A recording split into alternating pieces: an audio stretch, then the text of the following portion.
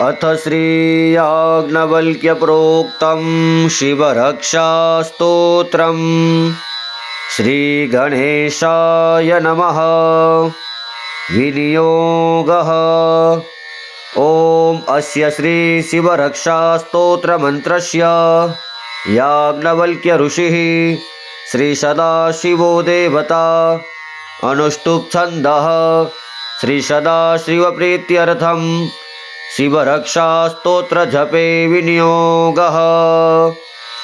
ॐ चरितं देवदेवस्य महादेवस्य पावनम् अपारं परमोदारं चतुर्वर्गस्य साधनम् गौरीविनायकोपेतं पञ्चभक्त्रं त्रिनेत्रकं शिवं ध्यात्वा दशभुजं शिवरक्षां पठेन्नरः।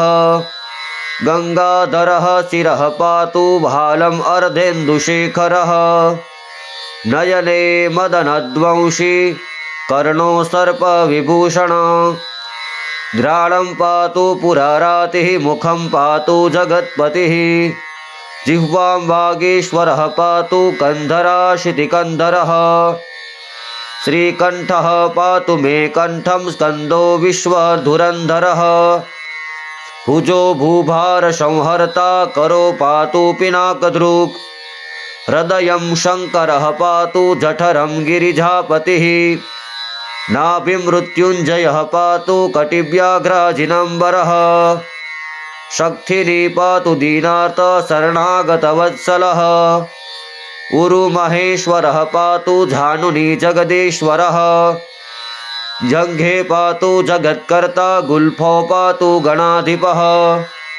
चरणौ करुणासिन्धुः सर्वाङ्गानि सदाशिवः एता शिवबलोपेतां रक्षां यः सुकृति पठेत् स भुक्त्वा सकलान् कामान् शिवान् सायुज्यमाप्नुयात्।